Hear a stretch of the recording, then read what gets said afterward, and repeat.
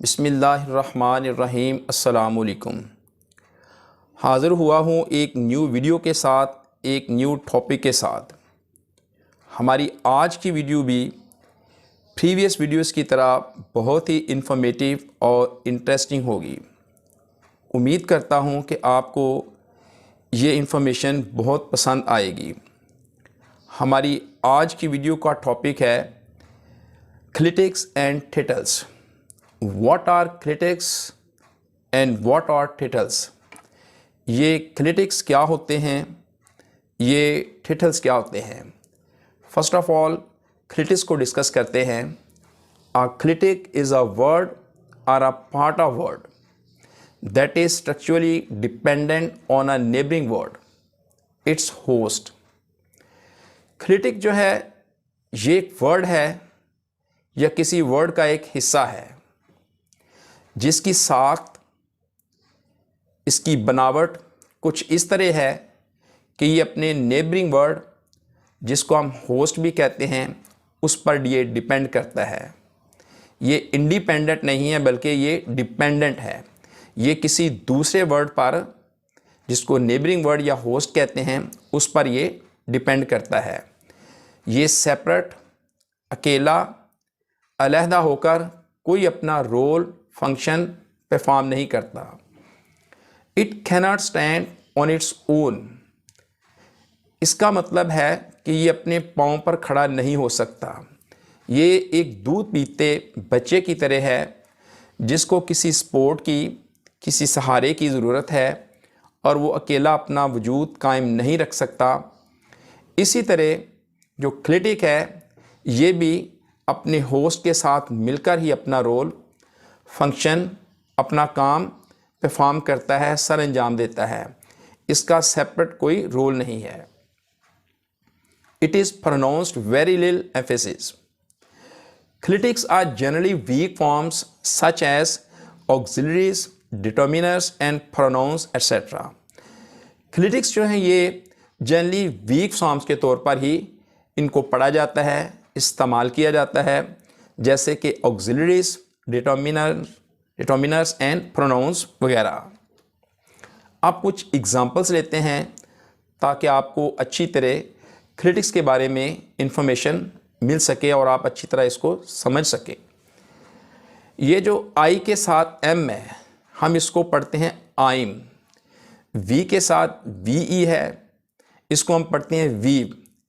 इसी तरह ही के साथ एस है तो इसको हम पढ़ते हैं हीज़। इसी तरह जो ही के साथ डबल एल है इसको हम प्रोनाउंस करते हैं हील। वी के साथ डबल एल को हम इस तरह प्रोनाउंस करते हैं व्हील। ठिस, इसमें जो ठी है इसको हम इट पढ़ते हैं। डिंट, इसमें टी है, डजंट में भी टी है और डोंट में भी टी है। अब ये जो आई के साथ एम है, वी के साथ वी ई है, ही के साथ एस है, इनको हम क्रिटिक्स बोलते हैं। सिमिलरली ही के साथ डबल एल, वी के साथ डबल एल और थिस में शुरू में जो टी आया है और डिंट और डजंट और डोंट में जो एंड पे टी आया है, इनको हम क्रिटिक्स बोलते हैं। फिर सुन लें, ये आई के साथ एम, वी के साथ वी ई, ही के साथ एस, इसी तरह ही के साथ डबल एल, वी के साथ डबल एल और थिस में जो शुरू में टी है और डिंट, डजंट और डोंट में जो एंड पे टी है, इनको हम क्रिटिक्स बोलते हैं। ये आई के साथ, वी के साथ, ई के साथ, यानी अपने नेबरिंग वर्ड, अपने होस्ट के साथ मिलकर ही अपना रोल परफॉर्म करते हैं, अदरवाइज़ इनका कोई रोल नहीं है। तो इसमें आप इसको यूँ कह सकते हैं कि ये गेस्ट है और जो नेबरिंग वर्ड है वो होस्ट है। जैसे मैंने लिखा है ही, ये होस्ट होगा और डबल एल जो है ये गेस्ट होगा। तो अगर होस्ट है तो उसके साथ ही गेस्ट होगा। अकेले गेस्ट का कोई काम नहीं है जब तक होस्ट ना हो। क्रिटिक्स की टू टाइप्स हैं। There are two types of critics. An critics, an critics जो है ये कॉम्बिनेशन है एंड और क्रिटिक्स का। जब टू वर्ड्स आपस में मिलते हैं उसको हम ब्लेंडिंग कहते हैं। ब्लेंडिंग और क्लिपिंग पे मैं एक वीडियो बना चुका हूँ, आप उसको वॉच कर सकते हैं अगर आप ब्लेंडिंग और क्लिपिंग के हवाले में के मामले में इंफॉर्मेशन चाहते हैं। एनक्लिटिक्स एंड प्लस क्लिटिक्स का कॉम्बिनेशन है, इसको कहते हैं ब्लेंड एनक्लिटिक्स। तो क्लिटिक्स विच अकर एट द एंड, ऐसे तमाम क्लिटिक्स जो एंड पर आते हैं, अपने होस्ट के एंड पर आते हैं, उनको हम एनक्लिटिक्स कहते हैं। डिडंट, डजंट, डोंट, वी, इन मिसालों में टी और वी को हम एनक्लिटिक्स बोलेंगे। जबकि जो क्लिटिक्स की दूसरी टाइप है उसको हम कहते हैं प्रोक्लिटिक्स। क्लिटिक्स विच अकर एट द स्टार्ट, ऐसे तमाम क्लिटिक्स जो इब्तदा में आते हैं, अपने होस्ट के शुरू में आते हैं, उनको हम प्रोक्लिटिक्स कहते हैं।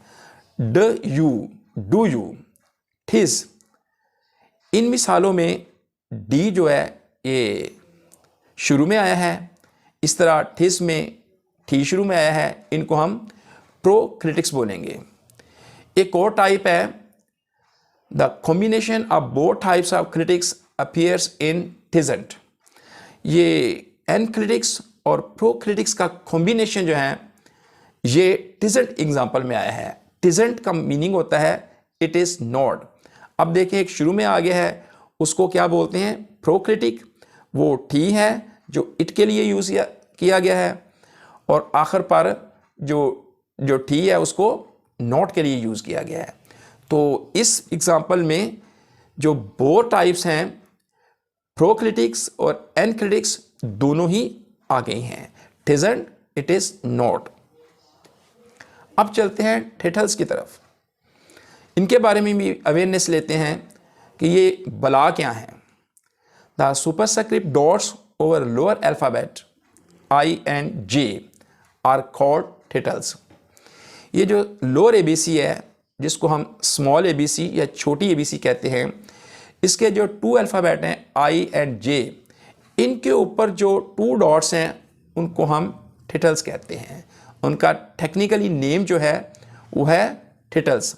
आई और जे के ऊपर जो ये डॉट्स बने हुए हैं इनको हम टिटल्स कहते हैं।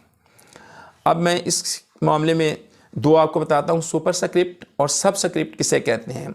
तो सुपरस्क्रिप्ट कहते हैं ये जो किसी भी अल्फ़ाबेट के ऊपर जो लिखा जाता है ओवर द अल्फ़ाबेट, आई और जे में जैसे ऊपर डॉट है, इसको सुपरस्क्रिप्ट कहते हैं। और इसी तरह जो सबस्क्रिप्ट है वो जो नीचे अल्फ़ाबेट के लिखा जाता है उसको हम सबस्क्रिप्ट कहते हैं। जैसे ये पानी का फार्मूला लिखा है मैंने H2O, ये हाइड्रोजन के 2 एटम्स और ऑक्सीजन के 1 एटम्स को जब केमिकली मिलाया जाता है तो तब ये वाटर बनता है। ये वाटर का फार्मूला है H2O। अब ये जो 2 नीचे लिखा हुआ है इसको सबस्क्रिप्ट कहेंगे। यानी अगर ओवर द अल्फ़ाबेट हो तो उसको सुपरस्क्रिप्ट, अगर ये नीचे लिखा हो तो उसको सबस्क्रिप्ट कहते हैं। तो व्यूअर्स जो डॉट्स हैं, एक एक नुक्ता, इनकी बहुत ही इंपॉर्टेंस है। वो क्या कहते हैं कि एक नुक्ते ने मुझे महरम से मुजरम बना दिया, एक नुक्ते ने मुझे महरम से मुजरम बना दिया, हम दवा लिखते रहे वो दगा पढ़ते रहे। मोरओवर जो डॉट है एक राइटिंग है जिसको हम शॉर्ट हैंड राइटिंग कहते हैं। ये कॉपी के ऊपर लेड पेंसिल से लिखी जाती है। इस शॉर्ट हैंड राइटिंग में जो डॉट है ये अगर अबव द लाइन हो, ओवर द लाइन हो तो इसको पढ़ते हैं ए, अगर ये ऑन द लाइन हो तो इसको पढ़ते हैं द। देखें इसमें भी जो डॉट है इसका क्या रोल है, क्या फंक्शन है। यानी अगर ये ओवर द लाइन है तो इसको आप पढ़ते हैं, अगर इसको ऑन द लाइन लिखें तो इसको द पढ़ेंगे। तो ये देखें किस तरह पोजीशन से ही इनके मीनिंग में फ़र्क पड़ रहा है। शॉर्ट हैंड राइटिंग के हवाले से मैं आपको 2 स्ट्रोक इसके अल्फ़ाबेट के बताता हूँ। ये जो एंगुलर फॉर्म में तिरछा लिखा हुआ है इसको पी कहते हैं। अगर ये लाइट है तो इसको पी, इसी को डार्क कर दे तो बी पढ़ते हैं। इस तरह ये 90 डिग्री पे हो, सीधा हो, वर्टिकल हो तो इसको टी कहते हैं, और इसी को अगर डार्क कर देते हैं पेंसिल से तो इसको डी पढ़ा जाता है। If opportunity doesn't work, if opportunity doesn't knock, build a door. If opportunity doesn't knock, build a door. इस कोटेशन में मिल्टन बर्ले वांट्स टू से कि अगर अपॉर्चुनिटी नॉक नहीं कर रही, दस्तक नहीं दे रही, तो पहले एक दरवाज़ा बना लो। अगर दरवाज़ा होगा तो इस पर कोई दस्तक देगा। इसका मतलब है कि अगर आप कोई काम शुरू करेंगे तो अपॉर्चुनिटी भी दस्तक तब ही देगी। या तो आपने काम ही शुरू नहीं किया या कोई प्लान ही नहीं बनाया। अगर प्लान बनाया है तो काम नहीं किया, अगर काम किया है तो हार्डवर्क नहीं की जिस तरह करनी चाहिए थी। जब तक आप प्लान नहीं बनाते, उस पर अपने आप को फोकस नहीं करते, अपनी तमाम तर एनर्जी, कंसंट्रेशन उसको नहीं देते, रास्ते में आने वाली ऑब्स्टेकल्स, प्रॉब्लम्स, डिफ़िकल्टीज़ और चैलेंजेस को फेस नहीं करते, तो आप कैसे एक्सपेक्ट कर सकते हैं कि आप कामयाब हो जाएंगे और अपॉर्चुनिटी आपके डोर पर नॉक करेगी। पहले डोर बनाना ज़रूरी है। डोर होगा तो अपॉर्चुनिटी नॉक करेगी। पहले ज़मीन को प्रिपेयर करें, उसमें बीज बोएं, फिर उसकी लुक आफ्टर करें, उसको मुनासिब वक्त पे पानी दें और धूप और रोशनी का ख्याल करें, तो तभी जाके हम तवक्को कर सकते हैं कि हमें बम्पर क्रॉप हासिल होगी। तो जब तक आप कोई प्लान नहीं बनाएंगे, जब तक आप कोई दरवाज़ा नहीं बनाएंगे, तो कहाँ से अपॉर्चुनिटी आएगी, कहाँ पे आपके डोर पे वो नॉक करेगी।